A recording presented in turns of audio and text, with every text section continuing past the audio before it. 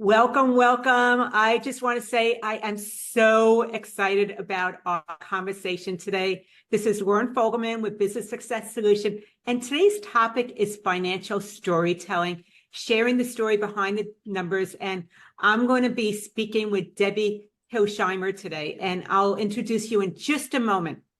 But I want to let you know you are absolutely in the right place if you want to get your clients excited about the financials, because right now they're kind of checked out when it comes to the numbers. You want to be able to explain the numbers in an easy to understand way in order for them to actually get it and be able to recognize how this applies to their business so they're making better business decisions, and the framework that turns financial data into a story. I suggest you have pen and paper ready, however you take notes, because Debbie shares a lot. She always over delivers. And we'll also let you know where you can find more and want to speak to her as we wrap up. Let me share a little bit about Debbie. Debra Kilsheimer works with her husband, Harold Hickey, in Behind the Scenes Financials, Inc. They provide tax preparation, accounting, and consulting services. Debbie's expertise is in using QBO to solve client accounting challenges, focus on streamlining processes, and collaborating with her clients, showing them how their business is doing now in order to make the necessary changes that will impact their future. She loves sharing her excitement about this profession with her colleagues, where she teaches webinars and she's at live events like QuickBooks Connect and Scaling New Heights. When she's not working with clients, Debbie is an accomplished violinist and also an avid knitter. She is always knitting whenever she has her hands free and able to do that. You'll find her also in their beach condo, either in New Smyrna Beach, Florida, or Marco Island.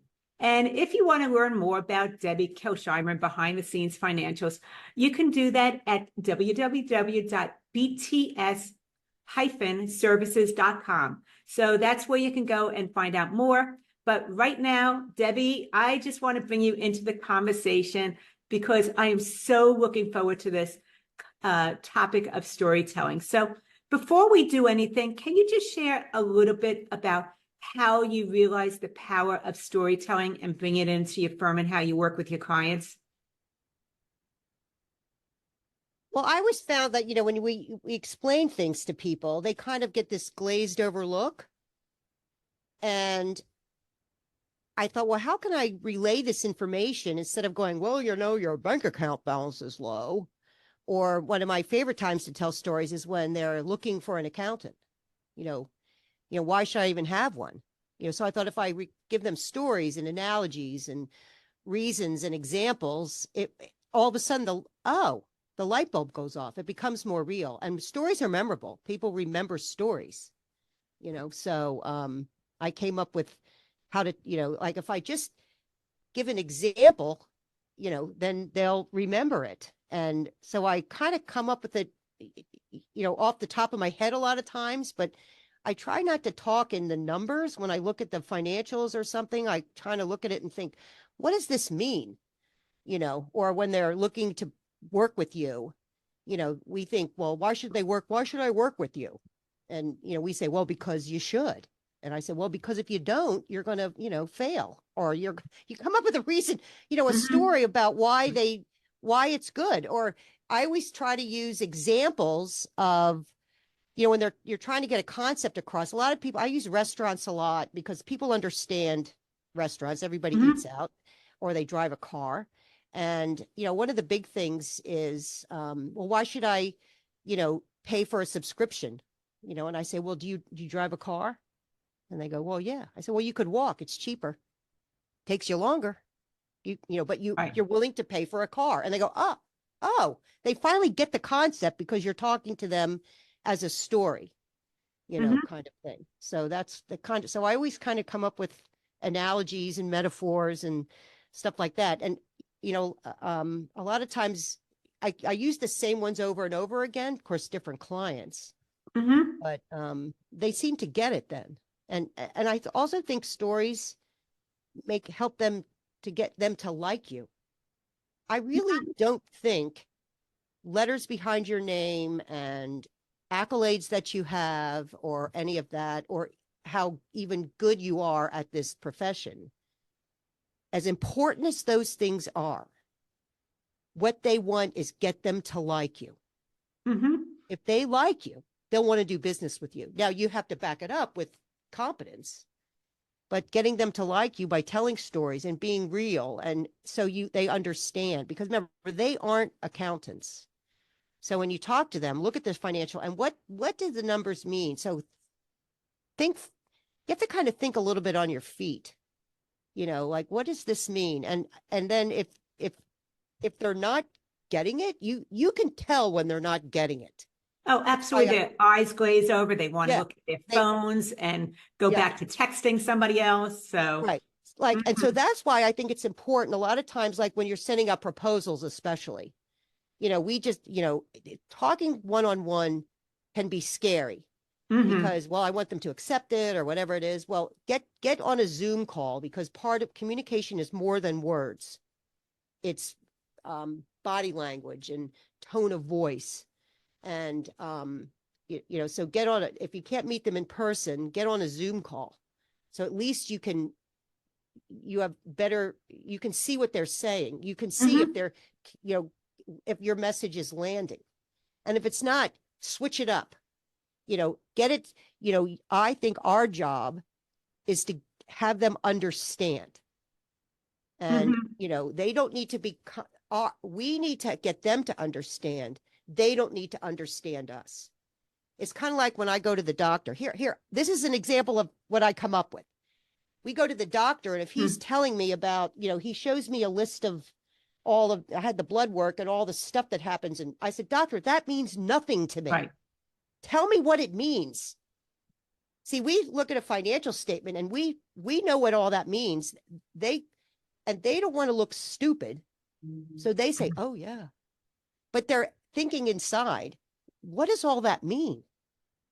So tell a story, like, well, I can see based on what you're doing that you're going to run out of cash. You're going to not be able to meet the next payroll. What do you think your Mhm. employees are going to say?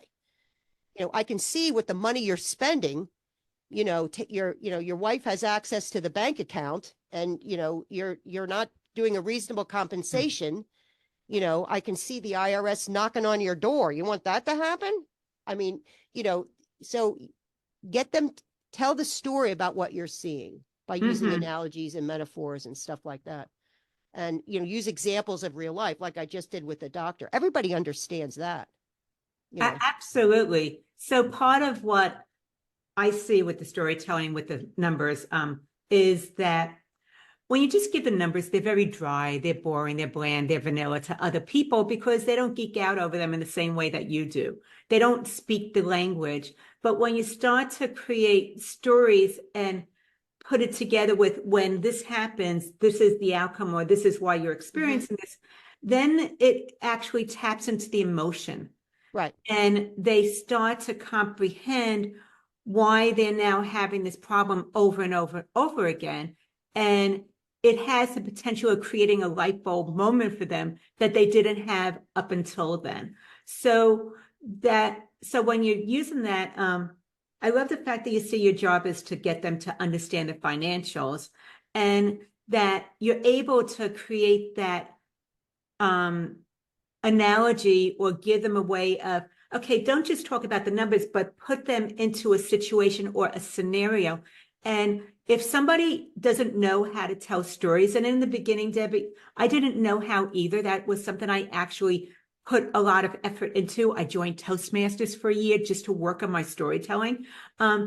What I want to say that you use as an example over and over again, if you're looking at doing storytelling for the first time, you want to start off with Debbie's words of here's what I see. And when you start off a sentence with here's what I see, then you can talk about the problem. You can plug in the numbers and you can explain now why this is going on. And then you can maybe put in other financial data or insights to be able to show them how to turn it around. And any thoughts about that? And if that's something that you've been doing also? Yeah. And I do all of that. And I think it's Mhm. important too, when I'm working with prospects, is I want to know why they're doing this.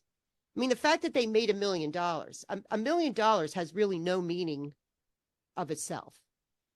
But what do they want to do with the $1 million? Or what do they want to do with the profits of their business? What's the purpose? They want to put kids through school. Do they want to pay, pay for, like, I had one girl come in, I said, well, what do you want from your business? Well, I would really want to put Vinny through kindergarten. Well, what's that cost? $500. Okay, great. Let's take a look. Hook up the QBO, stuff comes in. I see all these Starbucks charges coming in. And I said, well, I can see you really like coffee. Oh, yeah, me too. I said, well, just think if you would go to 7-Eleven or get your own pot, you could put Vinny through school, not make one change. Oh, I mean, so I'm talking about the numbers in a way that has meaning to her. Right. The fact that she could make an extra $500, that's kind of out in the pie in the sky stuff. But I say, gee, every time you go through Starbucks, I want you to think I'm choosing Starbucks or Vinny's school. Oh, so I said, make that conscious choice, and she did. Now so, but it was a story I got to tell with what I saw, because that's what was important to her. And I think that that's the critical part, is really take the time to find out what your clients care about, what matters to them, and really what would be different or why that's important. And then the other thing that you're talking about is, now that you know what matters to them, show them how to apply the numbers in order to be able to achieve that goal. Because what I feel, Debbie, as an accounting professional, is that you can show them how to achieve that goal probably faster, better, and maybe even exceed their expectations, because you're now plugging in financial data instead of making decisions on whim. And remember, these business owners, they're out there by themselves.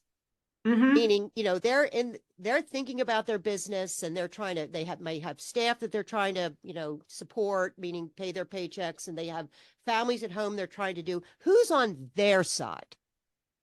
So I always like to, I always think of them like children, in the sense that, I praise my kids to success. I always say, when I caught them doing something right, I praise them for that. I noticed you did good job. And then, we always think that we need to point out everything they're doing wrong. Start pointing out stuff they're doing right, and they'll start doing more stuff right than wrong. And if they do stuff wrong, well, I kind of notice that, oh my God, and tell a story about what, and make it to the nth degree. And make it wild as far as what could possibly happen. And and it just makes life more fun. But if they know you're on their side. So I'm always finding the things they're doing right and praising them to success, So, whatever that may be. Debbie, do you find that because you're approaching the accounting and the financials this way with your clients, that they actually want to have meetings with you and they look forward to them, because the fact that you're able to show them in a very elementary way how to apply the numbers in their business? Well, right. And I don't make clients meet with me. A lot of time, and I don't even give, I'm kind of a wackadoo a lot of times. And, I feel they hire me to watch the numbers. So I let them know, do you want your financial statements every month? Do you read them? No, I don't even look at them. I said, okay, guess what? I will, if I see something out of the ordinary, I will contact you. Great. You go do your thing. What is your thing? What is it you want to achieve? How many so we have that kind of goal setting, instead of like, well, I want to have this much money in the bank account, that, or whatever. I said, let me just keep track of everything. If I see something wacky, I'm going to call you. Okay, great. So if I see something great, I will call them. So I initiate a lot of calls versus waiting to have these formal meetings, because it's like, I don't like going to the doctor or the dentist. Right. I know I have to, to get so I have a nice smile. But, I don't want, I know I have to go, but I want it where they want to see me, instead of having to see me like I have to go to the dentist every 4 months. So but they look forward. If I talk to them, they're not going to, I don't scold them. I mean, I see some Right. accountants that yell at their client. Well, you did this. Are you serious? Oh my gosh. No, I mean, we've gotten a lot of clients because they said to us that their accountant yelled at them. I go, well, I'll never yell at you. That is really sad to Ain't hear. that something? Because they You don't know do what? things right. They don't follow the rules. I mean, all these business owners are doing is trying to make a living and do their best. They Right. don't know all of the stuff that's coming out and all the rules.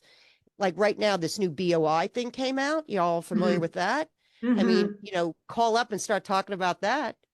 And you go, you know what? There's something else I got to do. Can you believe this? I mean, so I come up with a funny story about it and how we're going to handle it for them. Or they can do it themselves. They can go on the site and do it. I don't want to Right. take care of you. Take care of it, Debbie.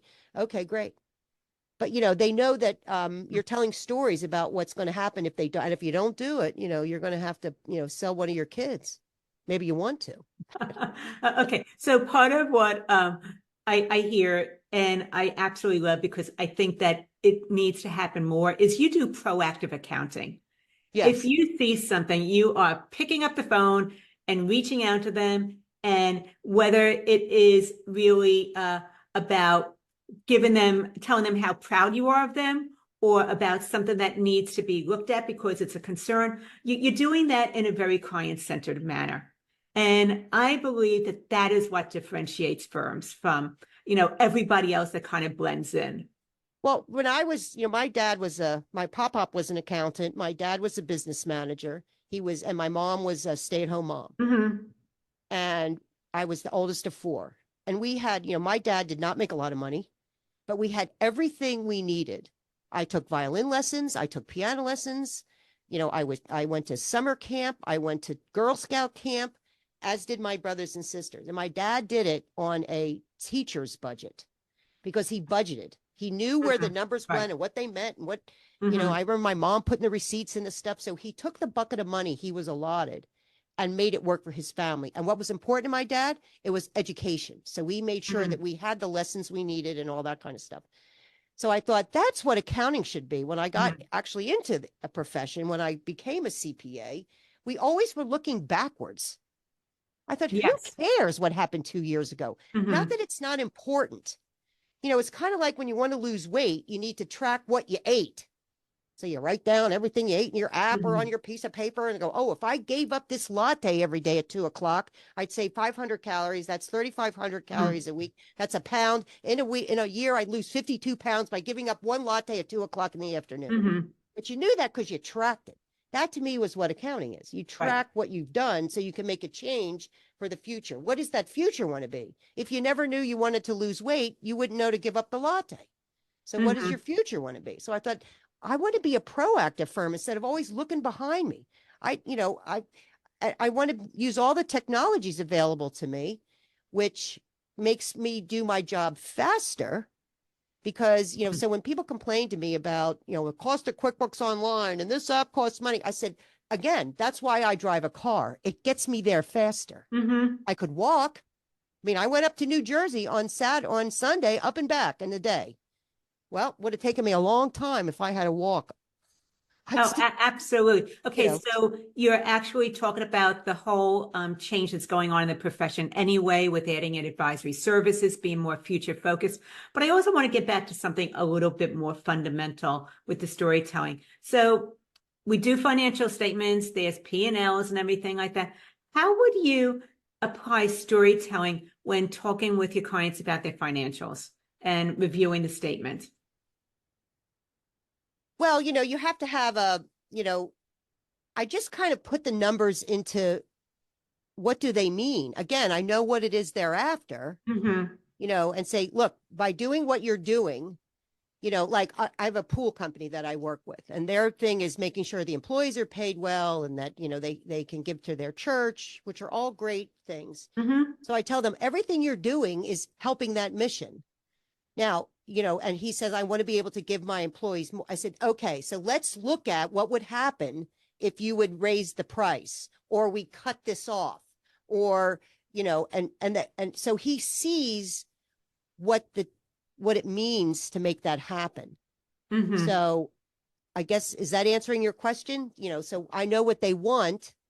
So Mhm. let's talk about when I'm looking at and what it is that is important to you, and how we can make your life better, Okay, to make it. then instead of just looking at the report and reviewing all the different lines on the report, you're really taking what is top of mind for them and creating, once again, some different options as to what would make things work so that they can achieve their goal. So you don't Right. have to go through everything line by line. No. You just want to help them achieve something that's important to them and show them the outcomes that are possible. Right.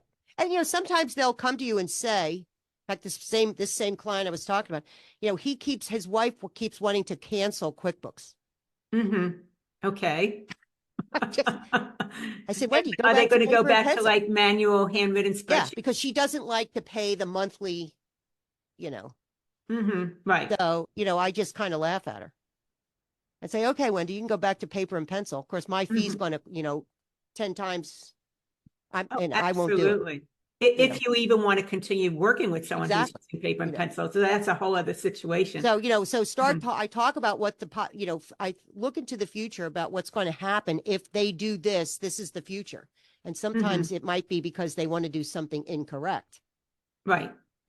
and I'll tell them, okay, well, you eat too many donuts, much good as they taste today, Yep. you're not going to fit in that dress.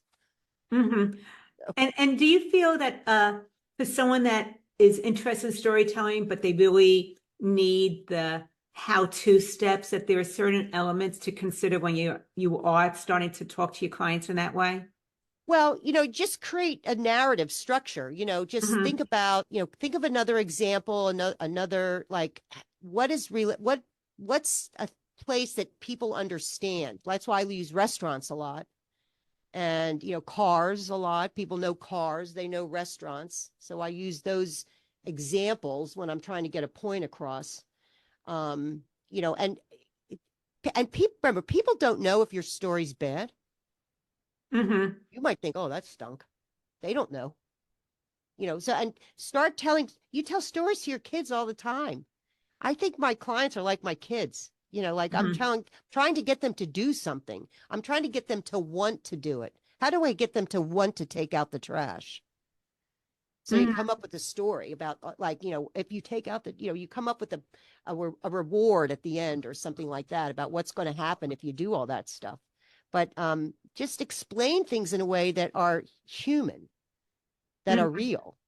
Instead of like, well, your ratios are this, that means nothing to them. And they're not going to say, well, well, I don't understand what you're talking about. But if you look at their face, you'll be able to tell. So explain it in a hmm way that makes sense, you know. So part of what I'm hearing is, first of all, get rid of all that industry language because they don't necessarily understand what ARs and APs are and reconciliations. You want to be able to start putting it maybe more in an elementary context, as if Yeah, you're talking to a 6-year-old. exactly. In fact, that movie Philadelphia, one with Denzel Washington and Tom Hmm Hanks, Denzel Washington always is saying, talk to me like I'm a 5-year-old. Yes. And I use that a lot. hmm And sometimes I'll tell them, I'm going to talk to you like you're a 5-year-old. And I want to say the reason I think that that's so important is because there's so many people that have stuff around money. They have financial shame. Even though they're business owners and they might have a really strong 6 or 7 figure business, they might still have financial shame because they don't really understand the numbers or they intimidate them. So that's why we need to break it down into really fundamental ways so that a 6-year-old can grasp it, because that might be where their understanding is around the financials in their business. And you want to make sure that you're speaking at their level. The other things that you were talking about is you want to create some type of narrative, and a narrative usually has a beginning, a middle, and an end. And examples are great ways. You were talking about car and restaurant examples. The main thing is that you want them to get excited about this, or at least take action, and have this not be talking just because you can talk and you want to hear yourself talking, but you want to get them to do something. And I think that that's the most important thing, is how can you inspire them And part of that, what you were mentioning also, is that they need to see the benefit at the end. What is the reward? What's like that a pot of gold at the end of the rainbow? Well, I think a lot about process. Mm-hmm. I'm a goal setter in the sense that if, I want to get to this certain achievement, but to do that, I have to back it up as what do I have to do today? What's the process I have to do? So if they want to have, solid, Mm-hmm. audit proof, nothing is audit proof. I mean, get beyond that thing, because if the IRS wants to audit you, they will. Right. You want to be able to go through it easily. So if you want to have it, let's go through this easily. So let's make it so the process is there. Keeping the receipts, throwing them in a box, scanning them in, that kind of stuff, and just make it a game if you want. But so I talk a lot about, what is it you're after? Now, some people are real scaredy cats. You know what I mean? Every single receipt they had to have. And as bookkeepers, we have to stop getting so nudgy about, looking at every receipt. I mean, that's just my opinion. I mean, Mm-hmm. if they go to Office Depot, I don't need to see the receipt. I figure they're, It's that off the, a surprise, right? pardon? It's off a surprise. Exactly. I mean, like Mm-hmm. one time somebody asked me, well, I noticed they bought crayons. What? I, you know, okay. Mm-hmm. So, or a pack of gum. Is that a meal and entertainment? Should I include that in the bonus? Come on. I mean, there's reasonableness in accounting, Mm-hmm. but don't be a pain in the butt to them where they Right. don't like to talk to you because all they think about is you're a nudgy accountant, I call them. Mm-hmm. I mean, not that things shouldn't be done correctly, but they don't have to be perfect. Perfect books are expensive. So I talk about, how you need to be in compliance, how, we need to make sure that all of the base stuff is covered. Now we get into the fun stuff. Make sure your sales tax is paid and your people are paid and your Mm-hmm. taxes, and at the end of the year, I said the tax return is only a required report at the end of the year. It's not the reason you're in business. Let's make this fun where we give it to the tax guy and he's off. I mean, here it is, what, February, first week of February. And pretty much I'm wrapping up all the business. Of course, Hal does a lot of the taxes for the clients I do. And he's starting to get busy. Right. So it's all there for him. So I go, that's done. Mm-hmm. And they go, let's move on to the next year. What do we want to do this next year? Here's what we did last year. Let's use it as a jump off place for next year. Did you like what you did? Mm-hmm. Where do you see yourself Right. next year? Did you go on vacation like you wanted? Okay, what can we do to make those things happen for you? And everybody's different, meaning somebody, Right. like we had a girl in here one time and she wanted to be able to make enough money to take her husband on a trip to Ireland. All right, how can we do that? How can you make more? We can teach you to make more money. And she was a W-2 employee. Mm-hmm. So I said, all right, what if we showed you how you could go out to thrift stores and yard selling and make an extra $1,000 a month doing eBay? Really? So Hal taught her how to do eBay and she took her Very there, nice. Ireland. But we knew what she wanted and Mm-hmm. gave her the possibilities of how to do it, And so when you talk about stories, what I found for myself is that I have like a story bank. I have a bank of stories, and when the context is right, that's the one I'm going to pull out and use. Is that something you found as well that Yeah, I mean, applies to talk about, accounting? client examples that you have. You don't have to Hmm. use names. We have a client that's a pool company and a client that did this, or, give them Hmm. warning shots about something, and this is how they did it, or this is how they handled it.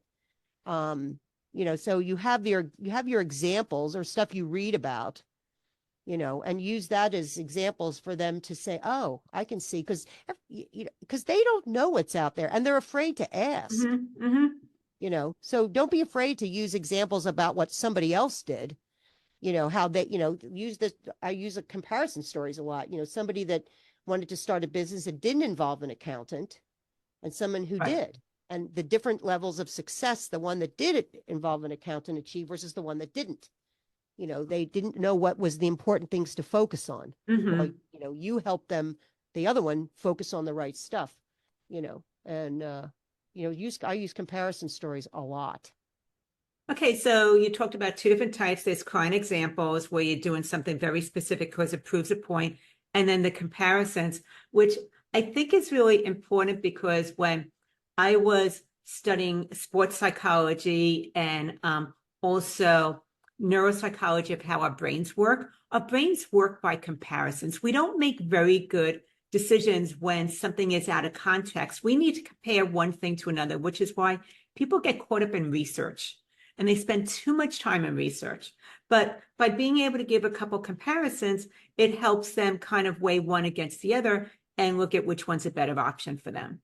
Or that's why, like, when you look at a set of financials, look at last year to this year, last month to this month. What happened?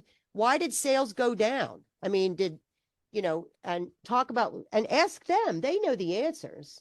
But if you are comparing things, it's easier to, a bank account balance by itself means nothing. Sales by itself mean nothing. But compared to last year, mean a lot.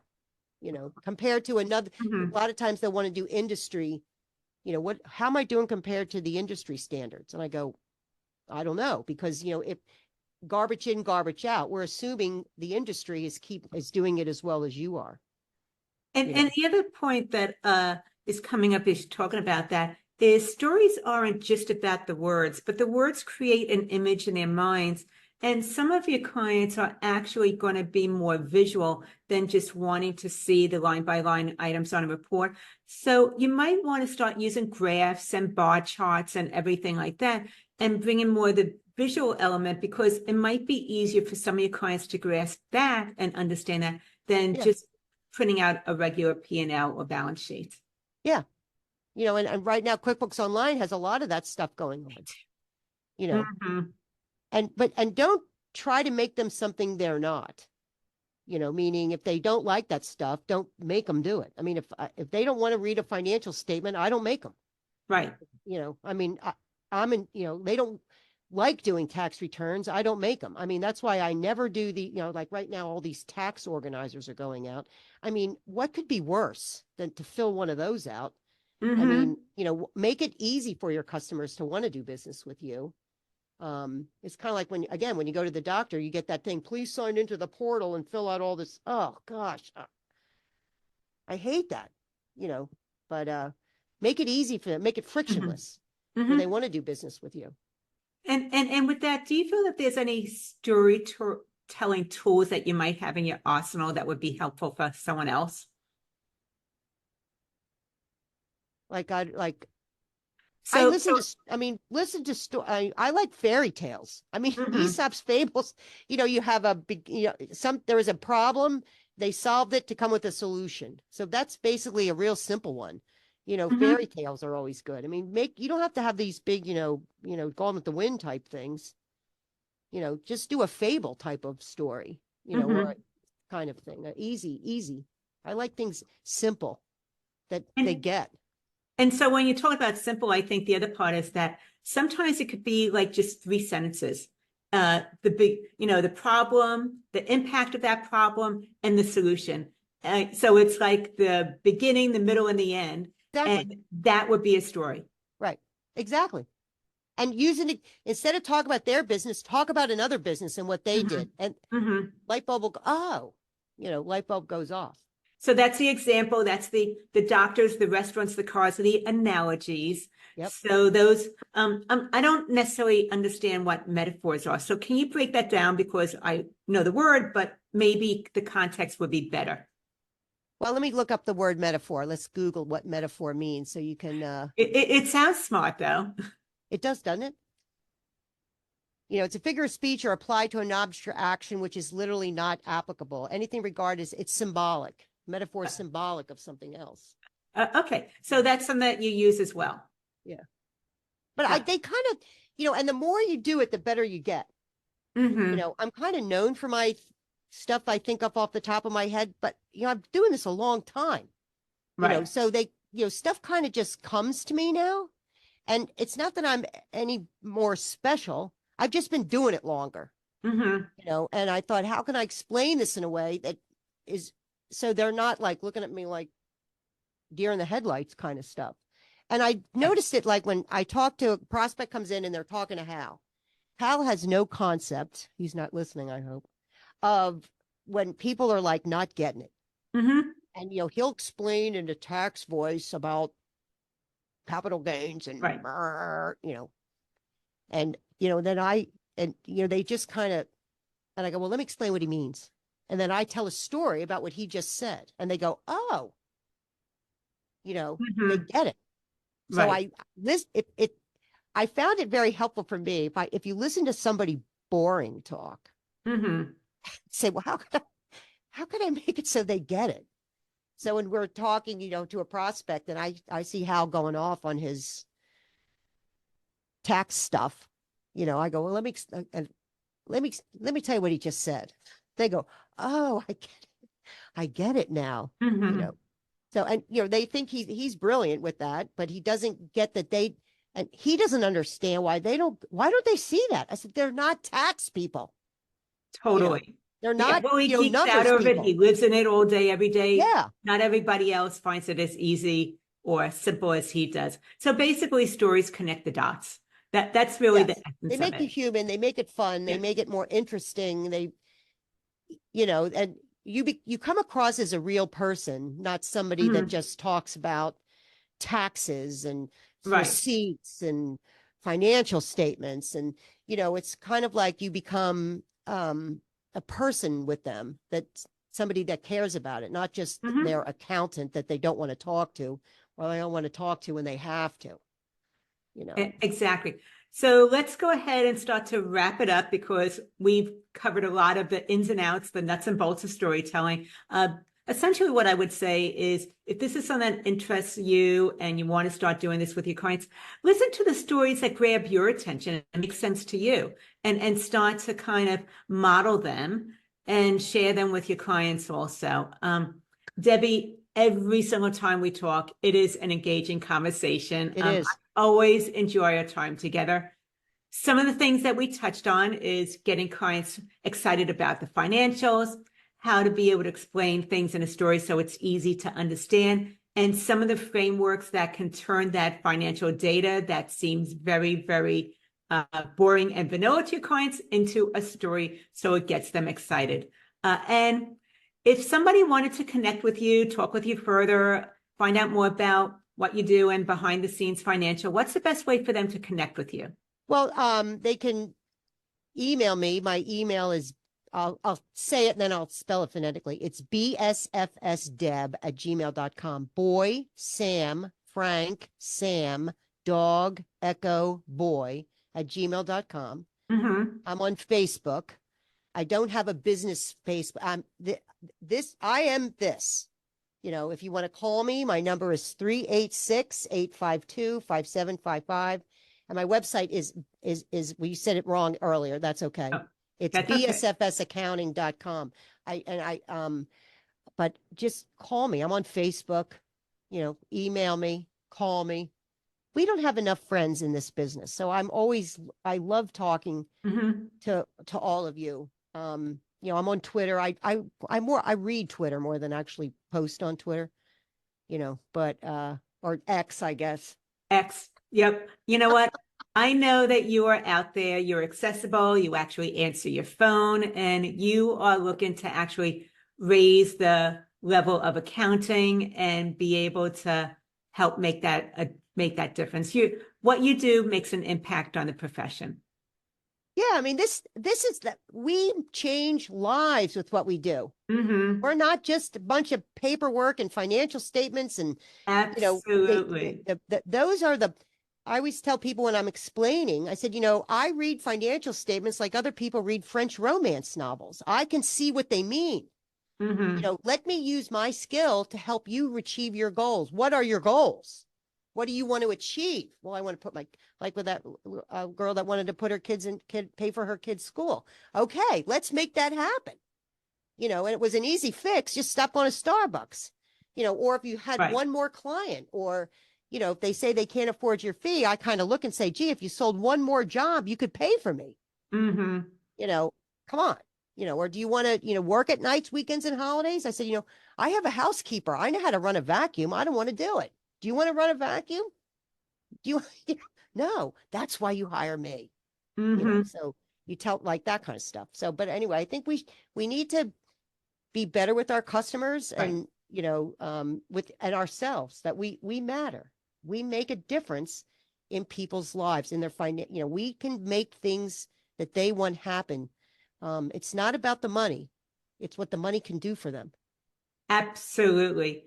Debbie, I want to thank you for the engaging conversation. To You're welcome. everybody that has joined us today, this is Warren Fogelman with Business Success Solution, showing accounting professionals how to double their income working half the time.